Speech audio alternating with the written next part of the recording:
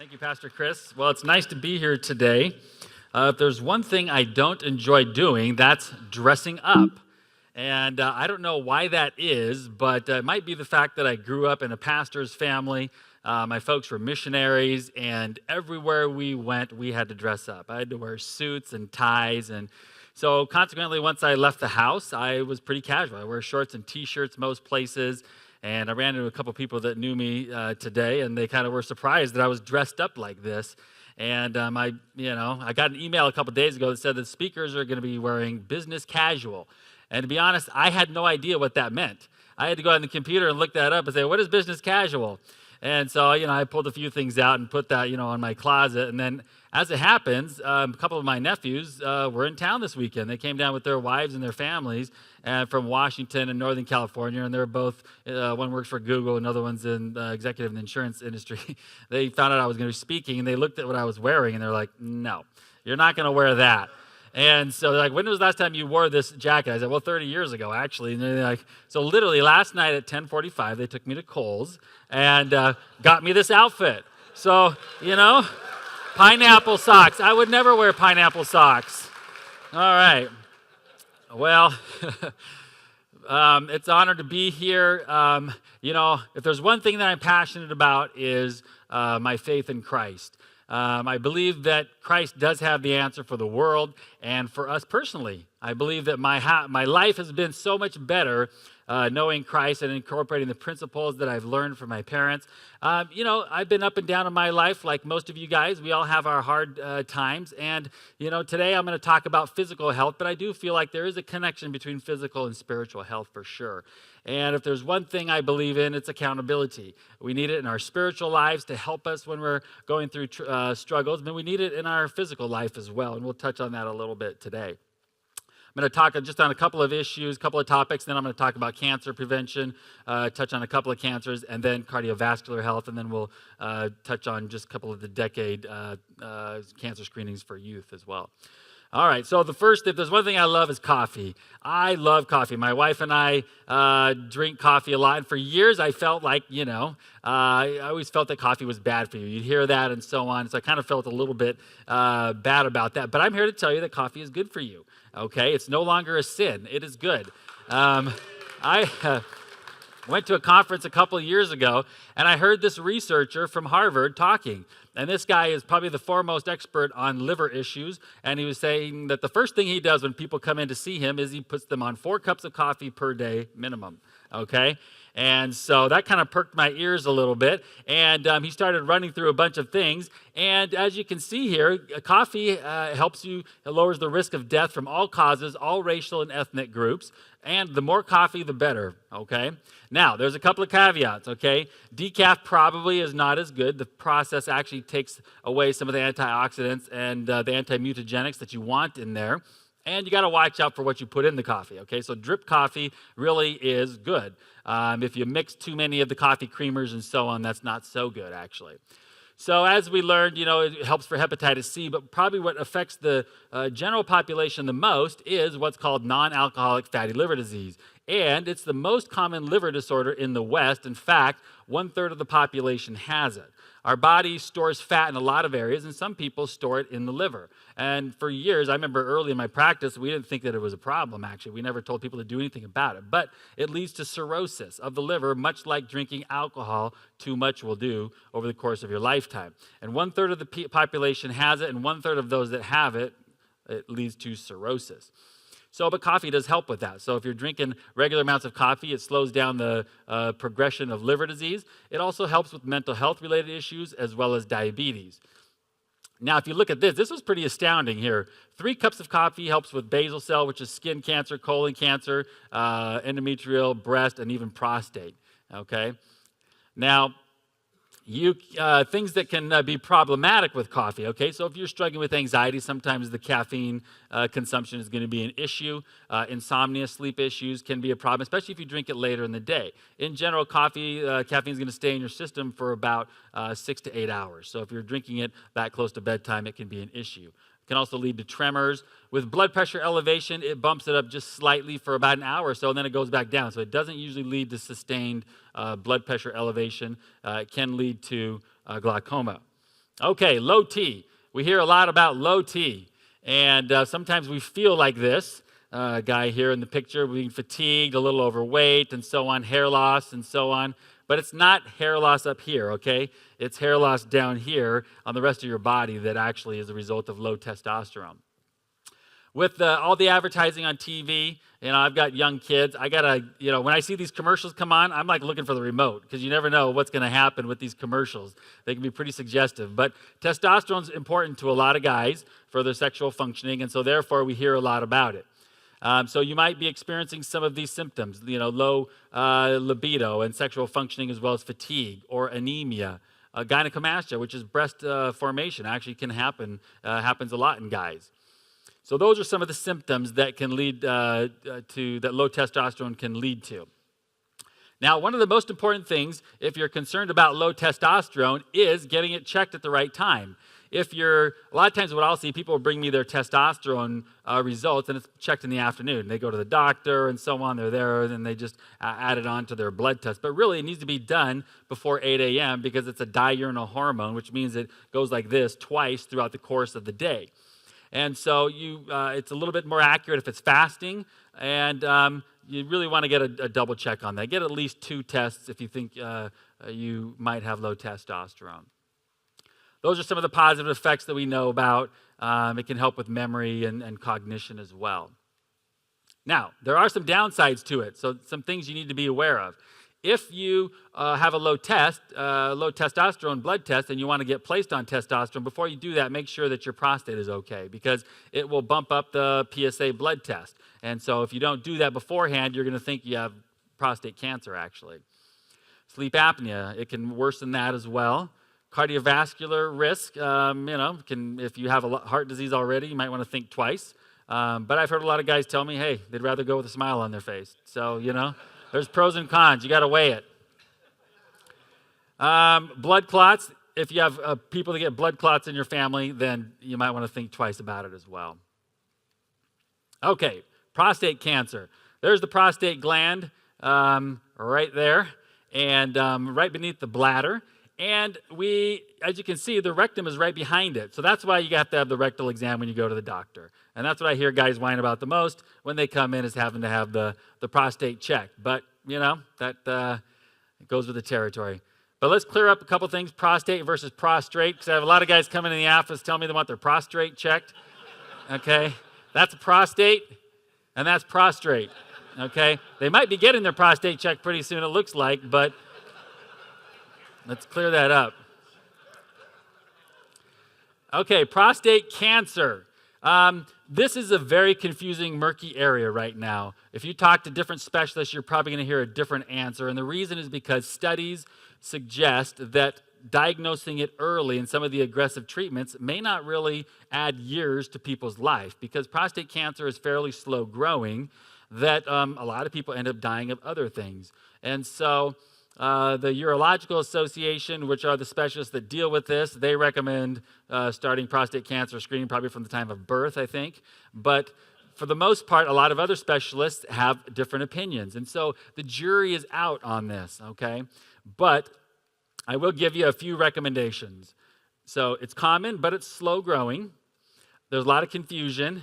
My official recommendation for you today is to talk to your doctor, okay, about it. Because with everybody, it kind of varies. But I will go out on a limb and make a few other recommendations. So if you have other medical issues, maybe you have cancer or you have end-stage heart disease or other things, and your life expectancy is less than 10 years, most experts would say don't worry about screening for that.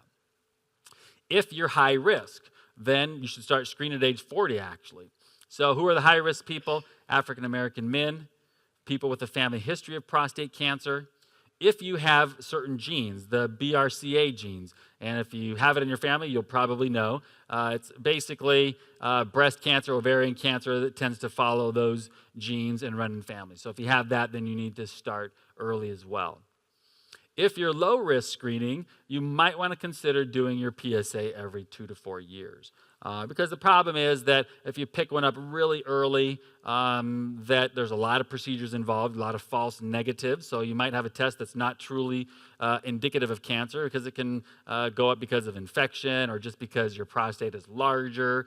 And so some guys, get their prostate taken out even at a young age, and then that affects sexual functioning and a whole host of other issues. So currently, this is the standard. It could change because it is a murky area right now.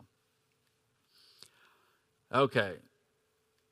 So colon cancer. This one's easy. Just do it, okay?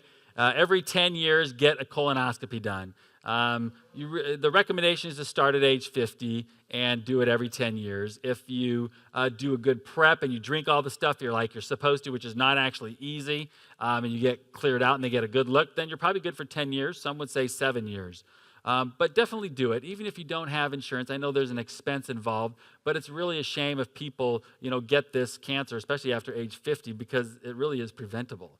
I do have a friend who was 42 that was diagnosed with colon cancer, so there's a fair chunk of people that get it in their 40s. And so I actually started at 45, and I encourage people to kind of consider doing that earlier if you can, especially if you've had any rectal bleeding, darker rectal blood, then it would be indicated to have a colonoscopy done. So talk to your doctor about that, but definitely don't bypass that. Okay, heart disease. Very, very common, the number one killer of males. There's to the left, the modifiable risk factors that we can do things about. To the right, things that we can't. First thing is high blood pressure.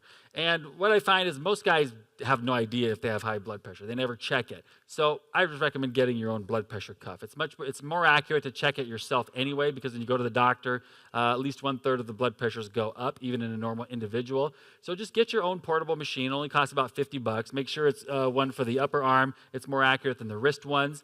And just check it several times a week. You can check it in the morning. You can check it in the afternoon, evening, varying times. And if it's over 120 over 80 is the goal, 140 over 90. If it's over that consistently, then you probably want to mention that to your doctor and consider doing something about it. But check it, okay? Start checking, even in your 30s. So what if it's high? This happened to me a couple of years ago. My blood pressure was probably 150, 160, and I was very surprised. I exercised fairly regularly. So I started looking at my diet, actually, and I realized that I'd been consuming some foods that were processed and that were actually packaged. They were natural, organic beans and so on, but they were packaged and they had a ton of salt. So I actually started eating Coach's Oats. Okay, love the stuff. And I did it 3 times a day for about 3 days and tracked my salt intake. And if you can keep your salt less than 2,000 milligrams per day, which is not easy, you need to monitor it and count it, your blood pressure will likely go down a fair amount. And mine did, it plummeted. And so look at the salt in your diet. If you're not exercising, walking, whatever, then begin that. And if it's still elevated, even after doing that for weeks to a month or so, then you probably ought to talk to your doctor about some other options. Okay, tobacco. A lot of guys, probably about, I think, 18% of men smoke. And even in the church, I talk to a lot of guys that smoke as well. It can be a tough addiction to quit. And, I see that a lot and did see that a lot when I was practicing, people with end-stage lung disease. And it's very, very sad. And it's very uncomfortable, too. Like any other addiction, find someone that can help keep you accountable. Somebody that you're going to talk to, that's going to track you as well, and set a quit date. When you do that, you probably want to have a form of nicotine replacement so that the withdrawal isn't as significant, because a lot of guys go back again if they do have withdrawal. And what I found was probably the best form of nicotine replacement was the Nicotrol inhaler. So it's almost like an asthma inhaler that you take puffs on, and it works really well, and you slowly kind of taper yourself. The patch works pretty well for some people. The gum I didn't think worked very well for a lot of people. Some people seek counseling to deal with the cognitive therapy associated with the pleasurable effect from smoking. People smoke to help with weight gain and so on, but I found that I don't think that really does a whole lot. And so I would definitely add prayer. I know this is a church and a Christian thing, but I really believe in this. I think that when you're struggling with an addiction and a challenge, there's nothing like, I found getting on your knees in the morning and just praying, getting your mind going to start off the day. And you know what? Fast a meal or two, a couple times a week. And and don't just fast, but fast and pray.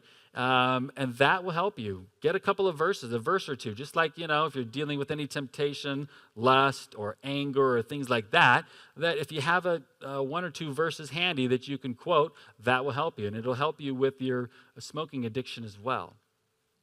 There's medication. You can try Chantix or Zyban that can help. And then actually this 1-800 number that's actually put on by the government is not so bad, actually. I have a lot of patients that have used it that say it was fairly helpful.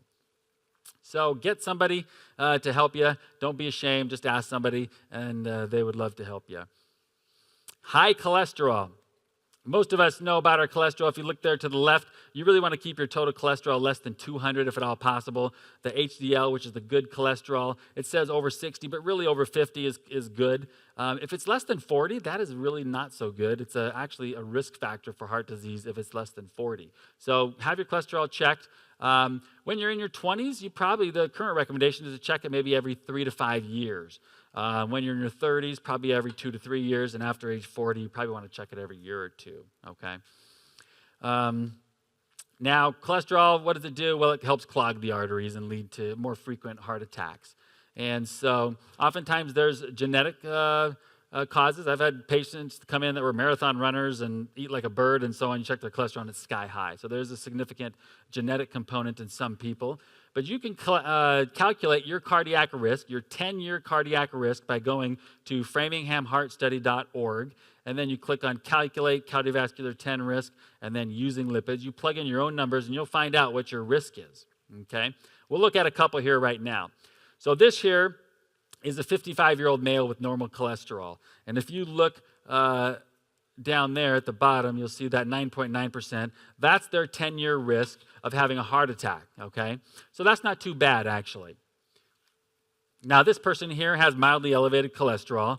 If you look up here, their HDL is 40 and their total cholesterol is 220. That's mild elevation, not too bad. But their risk is actually 20%. Okay, that's kind of significant. So that person needs to make some changes and consider maybe medication if problems are persisting.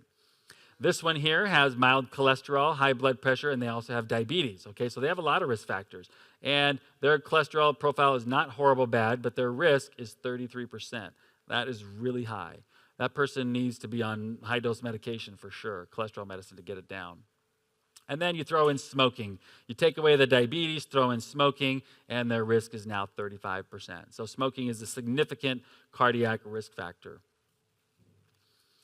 Okay, so lowering cholesterol, actually just a little bit of weight loss, 5 to 10 pounds, will bring your total cholesterol down 20 points, which is quite a bit. You just start walking and getting your heart rate going. That will help as well. And then you can look at your diet and the cholesterol that you're taking. You try that for 2 to 3 months and then recheck it and see how things look. Now, here's some natural things you can do. Fish oil, omega-3 fatty acids is probably the most common thing that guys do. The downside about that, especially if you're taking supplements, is your belches smell like fish, okay? I did this for a while because my wife doesn't like fish, so we don't eat too much fish around the house. And I started taking these supplements before I went to bed. Well, she started waking me up at night. And it was like, what is going on? Did you have fish tonight? And I couldn't figure out what was going on, but it was my supplements. So pretty soon she threw them away, actually. So I stopped taking those. But I try to eat fish on my own. Okay, soy and red yeast rice can help as well. So try those. But, if all else fails and you give it a good whirl, good old Lipitor and the other medicines actually work very well. Okay, diabetes, not going to say a whole lot about that other than you really want to control it aggressively. It's important. If you have diabetes, you know what the A1C is. Keep your A1C below 8, and that will lower your risk a lot. Even prediabetes has risk as well. So don't wait till you if you've been told you have prediabetes, really work aggressively to get rid of it because that has risk as well. Obesity. Okay, this is a tough one. Portion control, okay? So deck of cards is the size of a piece of meat, okay? The serving size, okay? Chicken, you can have a little bit more. Fish, even a little bit more. And then look at this here. You got pasta. I mean, who eats pasta the size of a fist, okay? Everyone puts a full plate of pasta on there when they're having it. But try to cut back on your portion sizes. That's a big thing. I see a lot of people, we do a lot of behavioral counseling, and honestly, if you do some of these simple things, it actually does help quite a bit. You drink a glass of water or eat something like a banana before you're going to have your meal. And what that does, we know that it takes about 30 minutes for your brain to get told that it's full or content. You got to get something in the stomach, stretch it out. Takes a little while for the hormones to get released, to get to your brain and tell you that you're comfortable. And that's when you want to stop, is when you feel content, not when you feel stuffed. So eat slowly, okay? You want to take at least 15 minutes. If you drink something beforehand or eat a banana beforehand and then you eat, that'll be another 15 minutes. Put your fork down after every bite. This is a lot harder to do than you think, because I eat super fast. But to take a bite, put your fork down, chew your food, talk, have conversation with people. Not if you're by yourself, though. And get those around you on a board, too, because it's super important. People start good, but then if they don't have their wife or family on board, then next thing you know, whether it's smoking or whatever the addiction is or the problem, then next thing you know, you're kind of back where you were before. Get everybody on board, get the unhealthy stuff out of the cabinet, and get some healthy snacks. This thing is huge. Every Sunday, I'm preparing stuff for that week. I get apples and other types of things that I know that I leave in my desk. I have raisins. I have almonds that are unsalted that you roast for 20 minutes at 400 degrees, and they're delicious. And every Sunday I make this stuff, and I put the stuff in my desk, and I snack on that. I have an office full of 9 women, and there's all kinds of treats floating around, and it's hard to resist them. So you got to plan ahead and have healthy snacks around that you're going to eat when you're hungry.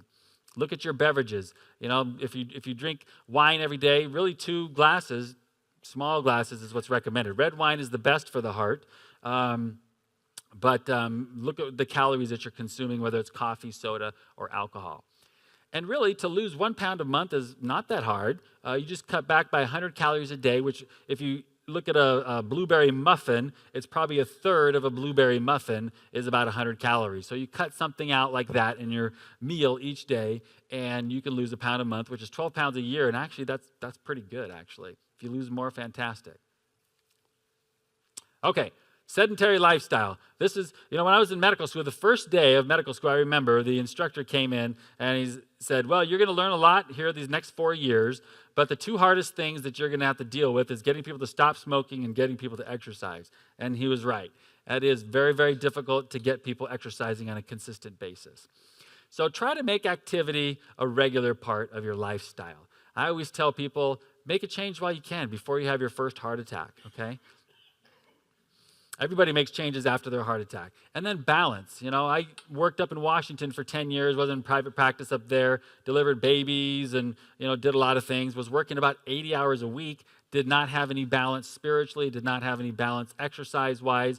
And once I came down here, then things got more on track. And sometimes you have to look at switching jobs, careers, and making a complete overhaul to get your life in balance. Like I heard from a friend of mine this week, he says, work hard, give your best, but not your all, okay? When you get home, you want to have something left over in your tank to be able to give your family and the Lord. So exercise, 30 minutes 5 times a week is ideal. Find something that you like to do. If you've got back pain, knee pain, get a membership at a local place and swimming. You can, like LA Fitness and 24 Hour Fitness, $30 a month. You can get a membership there and go swimming. Swimming is great. I was just talking to somebody beforehand, and I ran in a triathlon here a couple of weeks ago and barely finished, but I did finish. And swimming is really hard. I've never worked so hard in my life as when I start swimming. And it's a great exercise if you, especially if you have some health issues. Even if you get somebody to join you, maybe sign up for a 5K or a 10K. I like to go to active.com. You can find events in your area and sign up with somebody. And then do what I do. I pay the money. I'm kind of a cheapskate, so if I pay the money, I usually always want to do it. But I have actually bowed out at the last minute. So the other thing that I started doing is I started telling everybody. I started telling friends. I started telling people, hey, I'm doing this triathlon in a few months. And you know what? When I get home at night and I know I need to go to the gym, it's 9 o'clock, I want to have some cookies and ice cream with my wife, I think, ooh, I told all these people I was going to do this triathlon. And that kind of is a little impetus to get you off the couch and to get you out there and to work out. So pay the money, and you're more likely to do it. So I oftentimes find that people now, they start exercising, that's great, then they're back in the office about a month or two later. So a couple of simple things to hopefully prevent some injuries are, when you are running, don't increase your mileage more than about 10% per week. Sometimes people go out there gung-ho, and then a month or two later, they're in the office, they're injured, and then they're not doing anything. Get proper footwear for people that are running. I like to send people to a running store. There's a place called Top Speed right around the corner here. You know, there's 3 basic foot types. You want somebody that knows what they're doing, not just getting you a shoe that looks good, and it'll fit your feet better and you'll be happier, less likely to get plantar fasciitis or some of the other lower extremity issues. And then work on your core as well. You can Google core exercises. I would do that at least 2 times a week. And honestly, I had horrible back pain about 5 years ago. I would stretch and everything, and it was just horrible. And I think it was because my core was deconditioned. I started doing some videotapes with my wife, and in there, I had no idea, but there were some core exercises. Next thing you know, my back started feeling better. And honestly, I haven't had any pain now for 5 years. And I think it was because of the core exercises. So you can go, like P90X has a great, it's pretty rigorous, but they have an ab tape that is doable. If you did that twice a week, it would probably do wonders for your back. Okay, stretch. One of the most common stretches I see is this hip flexor. People come in with back pain, so this simple stretch, obviously hamstrings and so on. Make sure that you're limber.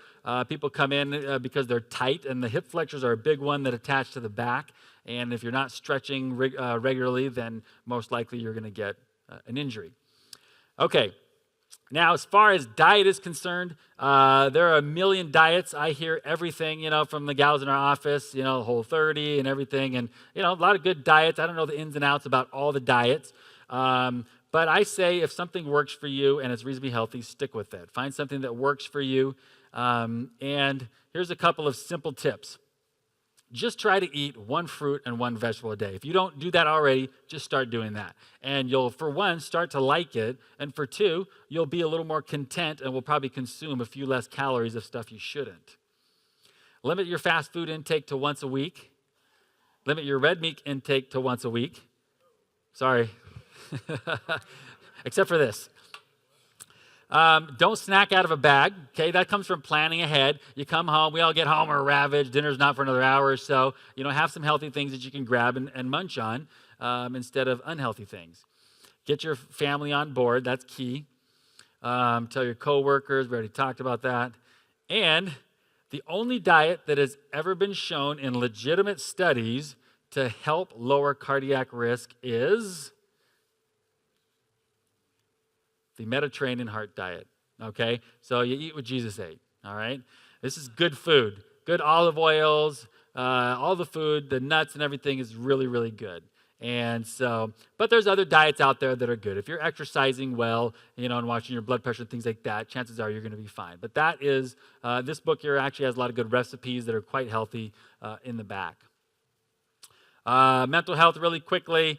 See a lot of guys that are maybe don't even know they're dealing with depression or anxiety. But here's a few symptoms that you might be experiencing. And so a couple of conclusions. I don't know why I picked this picture. I probably would be fine with the before, actually. But this is a before and after picture. But don't get overwhelmed. Sometimes you hear all these things and you think, I've been there before and I failed. It didn't work out. But you know what? Get somebody to do something with you and just pick 1 or 2 things and make a few simple changes. And you know what? You'll probably start something that is good. Now, as far as other things for the age groups, for 20 to 30, testicular cancer is probably the main cancer that people need to be aware of for the young guys, because testicular cancer is a young man's cancer, usually occurs between the age of 18 and 30. There is a subset of men that can get it in their 40s, but it's very small. And so we usually encourage the young guys to be checking their testicles once a month. And you basically just check 1 at a time, and you're feeling for a lump in there. And it's within the testicle. So not in the stalk going down to the testicle, but in the testicle itself is where testicular cancer would start. So you feel for something that is like a marble. If you feel something that's concerning, let your doctor know. A simple ultrasound can figure that out. There are some skin cancers that run in younger guys, a form of melanoma. So doing skin checks periodically is a good idea. And as I mentioned earlier, doing your cholesterol check at least every 5 years. You could probably do it every 3 years. For guys in their 30s, it's pretty much the same. For the young guys too, it's basically most of the prevention thing is trying to keep guys from doing stuff that are damaging to their bodies, okay? So not drinking too much, not smoking, the high-risk behavior, we try to limit and monitor that. So that is essentially what I have. Thank you for listening.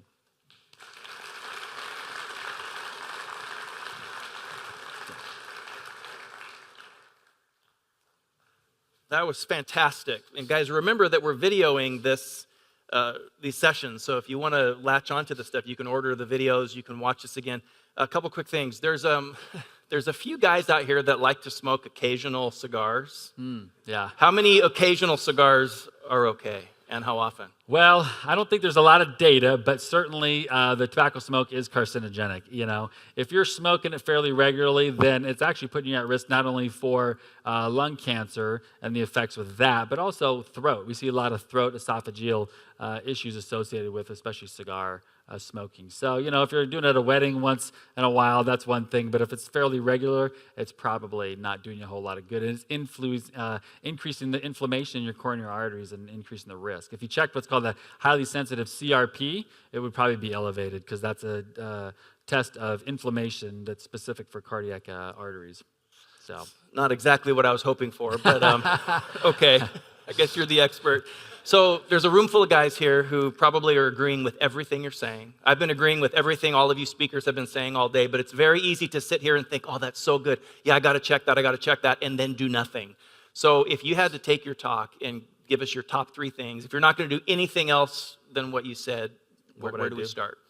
I would look at your exercise. I think if you just walk, you know, the studies show when people think of exercise, sometimes it can be pretty daunting, especially if they've done it before, or if you're really overweight, or if you have back or knee problems. But studies show that walking actually does your heart just as good as running. And so, you know, be encouraged that just getting moving is the first step. Don't try to bite everything off, you know, in one fell swoop. Just go out there and just get moving. Do it most days of the week. Find somebody to do it with you. If you're married, do it with your wife. I do 2 videotapes a week with my wife, and it's great. I love it. I come home on certain days, and we know that we're not having dinner till after that. I get home at 5:30. We pop the video in the thing. We do that together. It's kind of fun, you know, doing a little video together. I just make sure my friends don't see me doing that.